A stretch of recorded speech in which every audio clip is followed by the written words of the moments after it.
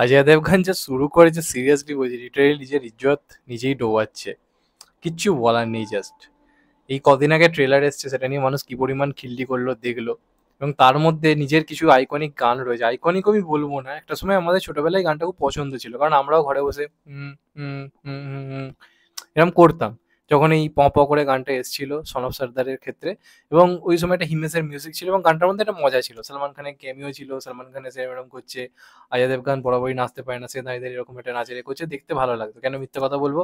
মানে একটা ভাইবস ছিল কোথাও গিয়ে, যেটা আমার বরাবরই মানে খুব পছন্দের এই প প গানটার ক্ষেত্রে। আমি আজও মাঝে মাঝে দেখি, এটা অস্বীকার করতে পারবো না, গানটা নো ডাউট ভালো গান। মানে যারা এরকম ধরনের একটু বেশ ফানি গান পছন্দ করে তাদের জন্য গানটা ভালো, এটা অস্বীকার করার কোনো জায়গা নেই।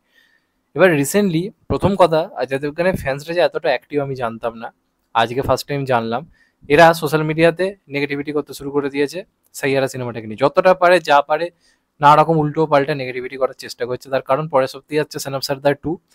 এরা খুব ভালো করে জানে যে এই সিনেমাটা এবার বাঁচ খেতে পারে, কারণ এটার প্রথম থেকে সবকিছু একটা নেগেটিভ ভাইবস পেয়েছে, সেখানে সাইয়ারার পজিটিভ ভাইব শুধু নয়, মানে ভালো রেসপন্স আসছে। কিরম কি সেটা নিয়ে নয় পরে কথা বলবো, কিন্তু সেটার কারণে এটা চাপ খেতে পারে বলে অজয় দেবগানের ফ্যান্সরা, মানে পৃথিবীর 3 ভাগ জল 1 ভাগ অজয় দেবগন, এটা তো আমরা সবাই জানি।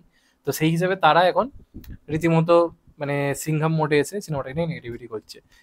নিজেদের কাজের এই অবস্থা, যা তা চলছে, একটা ট্রেলার মানে কি বলবো, এই শতাব্দীর সব থেকে জঘন্য ট্রেলার বানিয়েছে, সেটা নিয়ে কোনো মাথা ব্যথা নেই। মানে অজয় দেবগন এই সিনেমাটা কি করে করলো না, আমি জাস্ট বুঝতে পারছি না। তার মধ্যে এই তানিক্স ভাইজ কি মানে কোথাও গিয়ে বসে আছে, তার কাছে ফোন আসে যে ভাই আমার এই গানটা আছে একটু রিমেক করে দিতে হবে, চলো ভাই। তানিক্স এসে হাজির হয়েছে।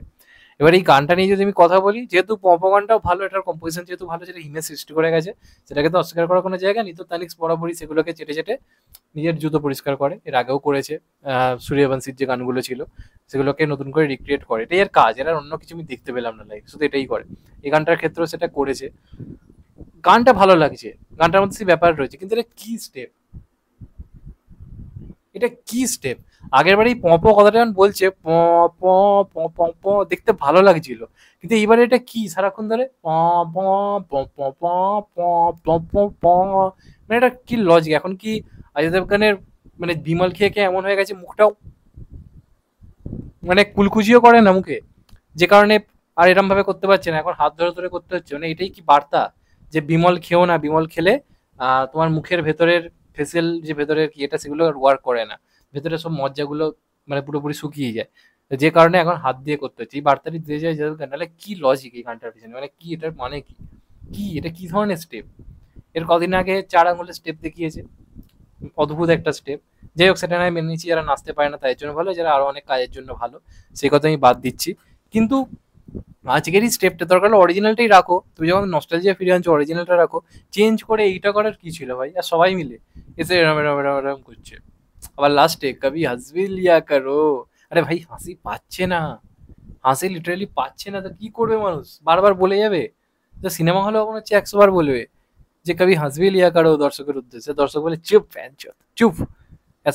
মানে কি বলবো যে মানে কি এটা জঘন্য লেগেছে আমার। মানে গানটা ভালো বলে শুনতে ভালো লাগছে, কিন্তু একটু ভালো ব্যাপার কি দেখবেন একটু হলেও কোমরটা দুলিয়েছে, এটুকুই পজিটিভ দিক, বাদ বাকি কিছু পজিটিভ দিক নেই।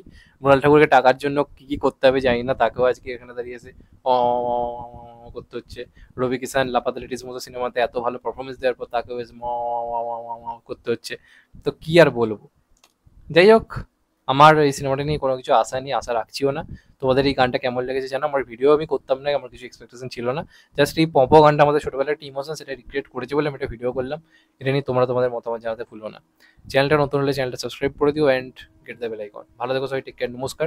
আবার দেখা হবে, এখন তো বাই, সবাই ভালো থেকো সুস্থ থেকো, নমস্কার, টেক কেয়ার, আবার দেখা হবে, ভালো থেকো সবাই, টেক কেয়ার।